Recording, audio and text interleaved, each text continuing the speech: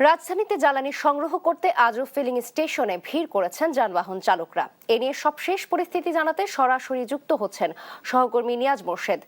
Niaz, feeling স্টেশনে জ্বালানি তেলের সরবরাহ বেড়েছে কিনা? আপনি তো সকাল থেকেই বিভিন্ন ফিলিং স্টেশন ঘুরে দেখছেন, চালকরা কি বলছে?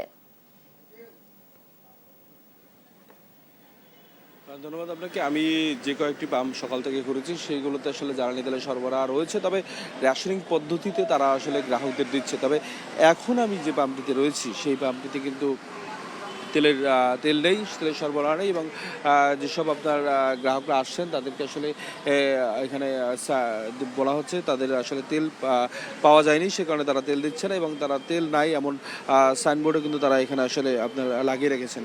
এবং সেই সাথে যদি একটু বলি, আমরা প্রায় এখানে 15 থেকে 20 মিনিট যাবত এই আপনার পাম্পে অবস্থান করছি, এবং সেই পাম্পে কিন্তু আমরা দেখছি যে আসলে যারাই আসছেন কেউই আসলে আপনার তেল পাচ্ছেন না। এবং যদি একটু বলি যে, এবং আপনার আপনি দেখতে পাচ্ছেন যে এখানে আসলে কোনো তেল নেই। আপনি কি তেল নিতে আসছিলেন? কি বলছে এখান থেকে? জি, কি বলছে তারা? তেল নেই বলছে। আর কোন পাম্পে গিয়েছিলেন?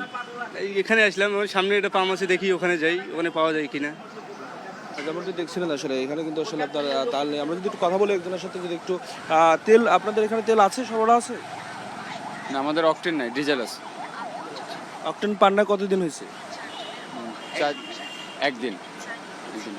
যেমনটি শুনছিলেন আসলে তাদের অকটেন তারা আপনার পায়নি, এবং সে কারণে আসলে ডিজেল আছে শুধু, সে কারণে তারা অকটেন আসলে দিতে পারতেছে না। এবং যদি একটু বলি যে এই পাম্পটিতে কিন্তু আপনার সকাল থেকে অনেকেই আসছেন, এবং সবাইকে আসলে ফিরিয়ে দেওয়া হচ্ছে। এবং এখানকার যিনি মালিক পক্ষ রয়েছেন, সে মালিকের সাথে আমরা কথা বলেছি। মালিক বলছেন যে তাদেরকে আসলে রেশনিং পদ্ধতিতে তেল দেওয়া হচ্ছে, তাদের সেলের উপরে আসলে তাদের যতটুকু পাওয়া দরকার ততটুকু তারা পাচ্ছে, এবং গেল 2 দিন যাবতীয় আসলে তারা তেল পাচ্ছে না এমনটি তারা বলেছেন। এবং সেই সাথে আবার তাদের যে আপনার কর্মকর্তারা যারা রয়েছেন এই পাম্পের যারা সংশ্লিষ্ট, তারা আসলে এখনও সেই ডিপো যেখান থেকে আসলে তেল দেওয়া হয় তাদেরকে সেখানে তারা অপেক্ষা করছেন, এবং সেখান থেকে আসলে তেল আজকেও পাবেন কিনা তেমনটি আসলে তারা আপনার এখন পর্যন্ত নিশ্চিত হতে পারেনি, এমনটি আমাদেরকে জানিয়েছেন। এবং সেই সাথে যে একটু বলি যে আমরা যে এর আগে যেসব পাম্পগুলোতে আমরা ঘুরেছি সেই পাম্পগুলোতে দেখেছি আসলে দীর্ঘ সারি, এবং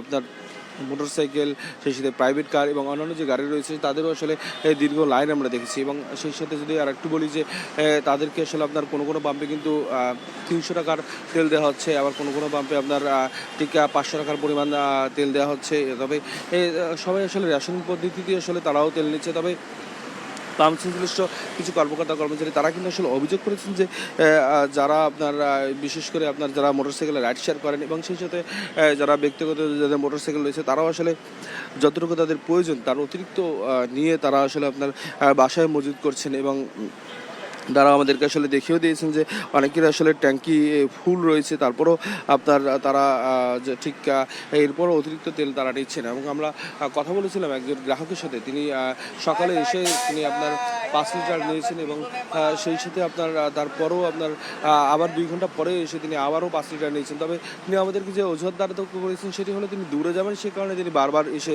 তেল নিচ্ছেন, এমনটি তিনি আমাদেরকে জানিয়েছেন। এবং যদি একটু বলি যে আসলে আপনার যদি আর একটু বলি যে মানে সেই ক্ষেত্রে যদি বলি এই রেশনিং পদ্ধতিতে কিন্তু আপনার আসলে